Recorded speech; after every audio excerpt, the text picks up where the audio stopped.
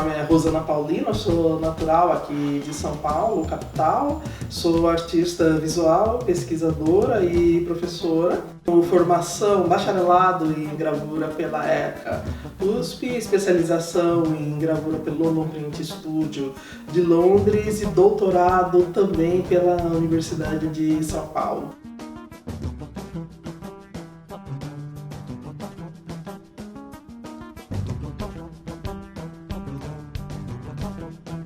Acho que a história, talvez não para todos os artistas, mas no meu caso, é fundamental, porque a minha área de pesquisa é tentar entender o país, tentar entender o Brasil como ele é e por que ele é assim. Então, para eu entender o país, eu tenho que entender a história desse país. Então, eu acho fundamental. Eu não consigo pensar uma produção que não considere também o momento no qual se vive e como é que se chegou até aquele momento. No caso, principalmente de artistas negras, negros ou indígenas, mulheres, eu creio que é fundamental a gente fazer essa análise também. Por que eu faço essa produção dessa determinada maneira? Houve um condicionante ali também, que vem antes de mim. Houve fatores ou maneiras de se pensar e ver a arte que façam com que eu vá responder à sociedade produzindo de um determinado modo. Aí a discussão é, eu quero continuar no automático reproduzindo essas maneiras ou eu quero pensar também se essas maneiras de se pensar a arte são adequadas para mim. Então, nesse sentido, eu tenho que conhecer a história, eu tenho que ir para a história e olhar por que se produz arte dessa maneira, por que a arte produzida aqui é dessa maneira, por que ela aborda determinados temas e não outros. Então, para mim, é fundamental essa relação arte, história e produção de artística ou análise artística. Eu não consigo pensar de maneira desvinculada. Eu acho que faz tudo parte do mesmo pacote. Agora, isso, como eu disse, é uma posição bastante particular.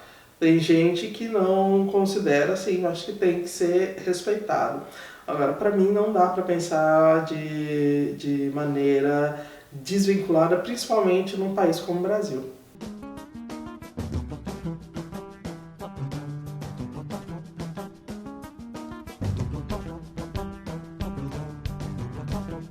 Eu sempre penso a imagem de uma maneira meio Hahnemann, ou seja, meio homeopática, né? Pensando em Hahnemann como pai da homeopatia. Para curar todos os males que essa população foi submetida através da imagem só com outras imagens que vão se contrapor às originais. No Brasil, eu acho que nós damos muito pouco valor ao poder da imagem. Nós somos muito ingênuos em relação ao poder da imagem.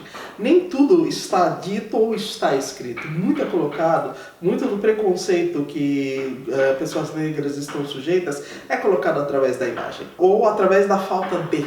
Né? Então, quando eu não me vejo num determinado local, eu posso ir intuindo, vamos dizer dessa maneira, que aquele local não é para mim.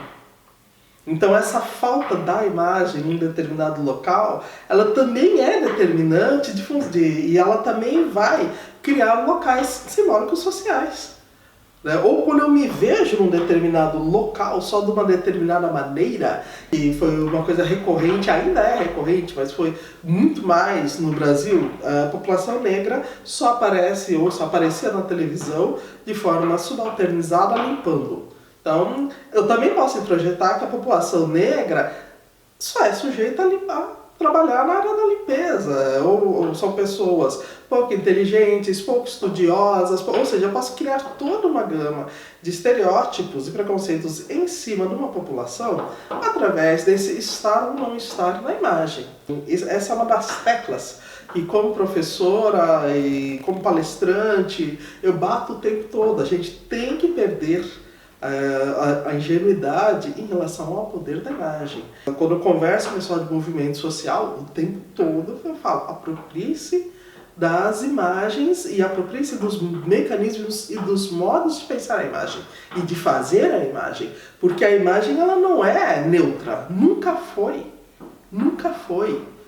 Então, no caso de uma população como a citada, de mulheres negras, a partir do momento que eu estou num determinado local e que eu sou vista como uma artista, uma pesquisadora, uma professora doutora, isso já significa muito. A minha imagem ali tem peso. Eu me lembro muito bem, essa é uma das cenas mais importantes, talvez, da minha carreira até agora, ela me emociona toda vez que eu conto essa história, que eu fui dar uma palestra no Museu Afro-Brasil, e tinha um grupo levado pela Bel Mayer, que é uma ativista da literatura nas periferias de São Paulo, e ela levou um grupo grande de pessoas. Quando termina a palestra, nós vamos para o museu, para a área do museu, e eu me disponibilizei a comentar algumas obras de arte que estavam lá numa determinada exposição. Ao final dessa leitura de obras, me chega uma senhora de sei lá, aproximadamente uns 70 anos, olha para mim e fala: eu posso morrer em paz. Eu vi uma mulher negra doutora. Eu sei que é possível. Olha a força e o simbolismo disso. Agora, ela já estava com 70 e poucos anos. Ela falou, ela começou a chorar. Não sabia o que fazer. Eu abracei ela e falei, você não tem ideia de como isso é importante para mim. Agora, imagina como isso é importante para uma menina. Para uma menina de seus 10, 12 anos. Fala, olha, ela ali é professora doutora, ela ali é cientista, a outra, né? Então isso muda uma vida. Isso, eu estou falando da imagem presencial, mas tem também aquela imagem que aparece nos livros. A partir do momento em que nos livros aparecem também imagens positivas da população negra, das mulheres negras, feitas por mulheres negras, feitas por artistas negros, e essa é um dos pontos que eu quero me debruçar mais, a importância da arte contemporânea nos livros escolares, a coisa muda de figura. A criança, o menino, a menina começa a olhar lá e falar, opa, entendeu? Se ela está lá, eu também posso. Eu falei que eu acabei de voltar do Texas, né? Nós estivemos num encontro, eu, Sueli Carneiro, várias lideranças da América Latina discutindo a questão das mulheres negras na América Latina. E uma das conversas que eu tive com a Sueli Carneiro, eu fiz depois da minha apresentação, foi a Sueli chegou e falou, olha, minha geração nunca pensou essa importância da imagem. Muito que você mostrou eu não conhecia. Eu falei, é absolutamente necessário que nós entremos realmente nessa área e pensemos, analisando essas imagens e produzindo outras que vão dar conta de todos esses anos de preconceito sofridos por essa população. Então, para mudar, por exemplo, como se perguntou, como a imagem, como a arte, e aí eu estou pegando tudo, eu estou pegando audiovisual, estou pegando a produção pictórica, estou pegando artes visuais e pensando que cada um age num nicho diferente, mas age. Então, não dá mais para ter essa ingenuidade em relação ao poder da imagem e em relação ao poder de mudança que ela também proporciona.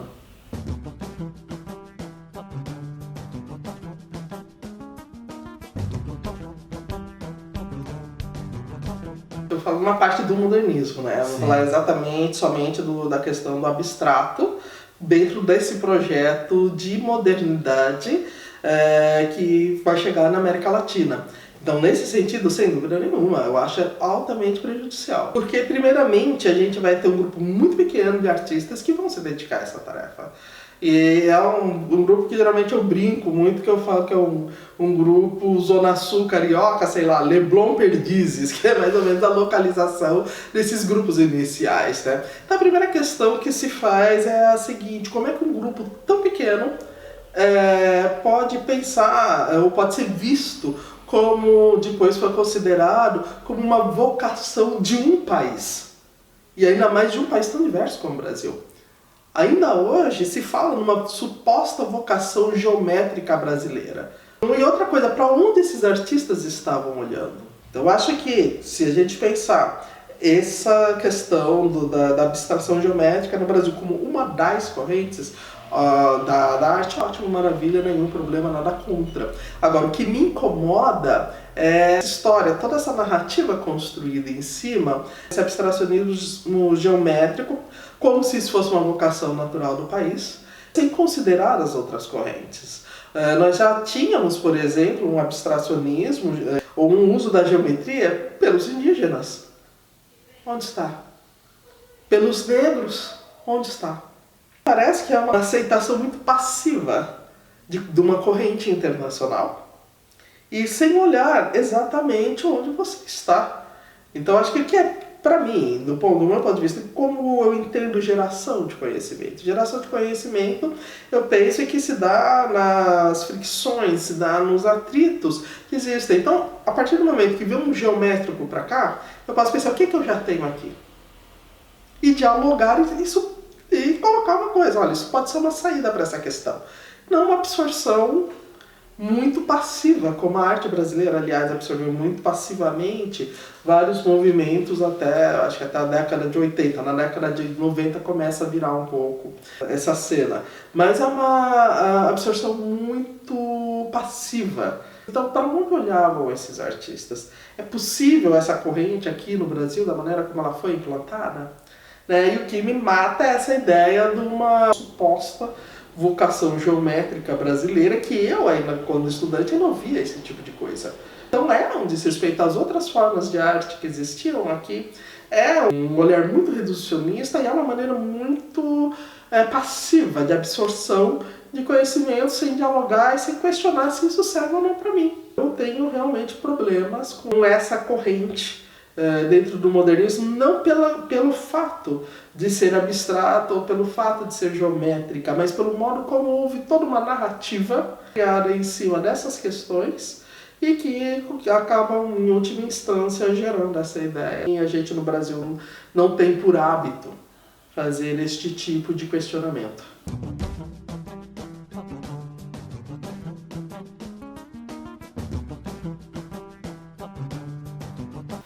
Eu acho que tem dever como cidadão, tem responsabilidade como cidadão.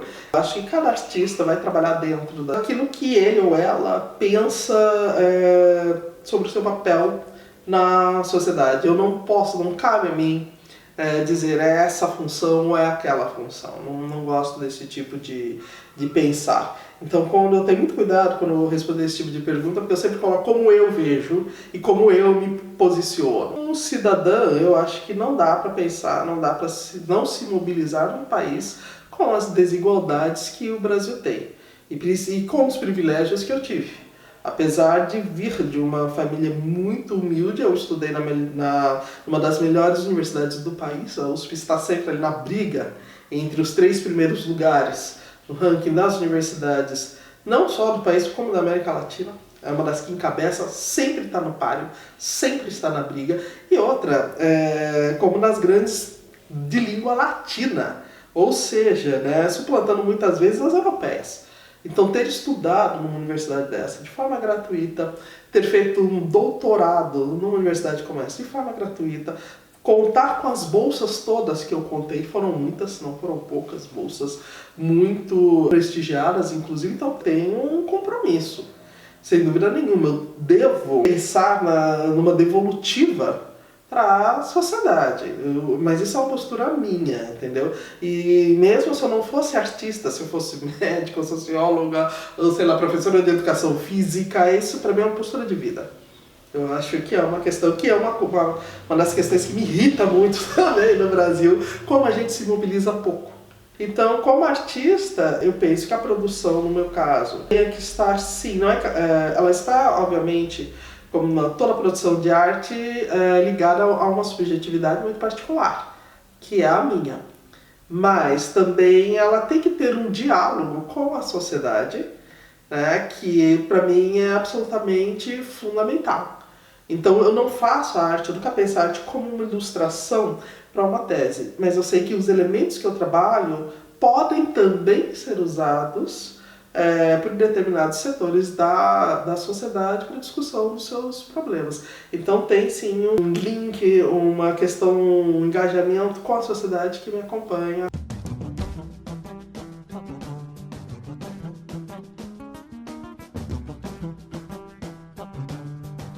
Esse rever o passado é absolutamente essencial para a construção de um futuro mais igualitário. É impossível não olharmos para para esse passado, não revisitarmos esse passado, porque senão a gente não vai entender como é que as coisas se dão. Conversando há pouco em off com vocês, eu cito a história do músico Devaldo que leva 80 tiros e o país não para.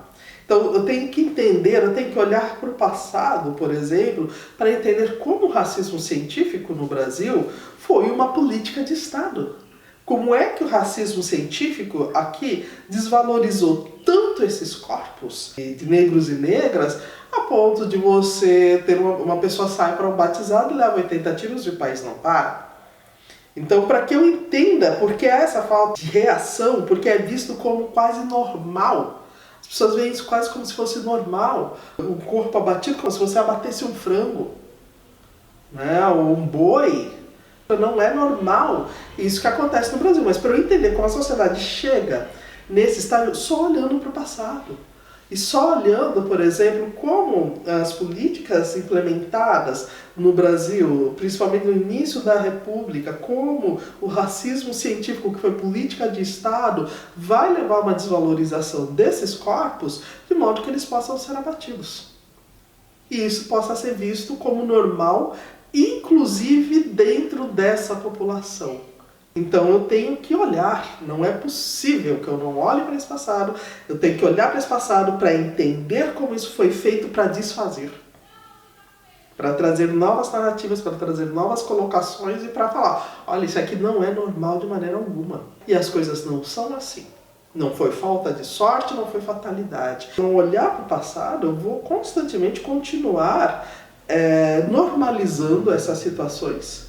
E fazendo, eu não iria nem cometendo os mesmos erros. Porque não são erros, são crimes. É diferente.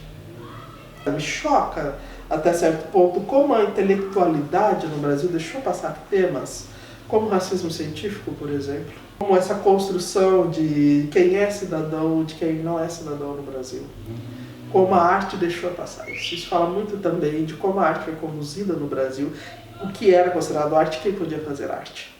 Não está na hora, estamos atrasados nesse projeto, a gente tem que olhar essa construção se a gente quiser de fato uma sociedade mais igualitária. Porque não tem saída, ou é isso ou é a barbárie. Eu não consigo ver saída para esse projeto de país, que é o Brasil, se a gente não voltar lá atrás e não olhar isso com muita atenção para entender como é que isso foi feito e quais são as possibilidades que eu tenho para destruir, para desmanchar, para quebrar essas noções do passado que acompanham o país até hoje.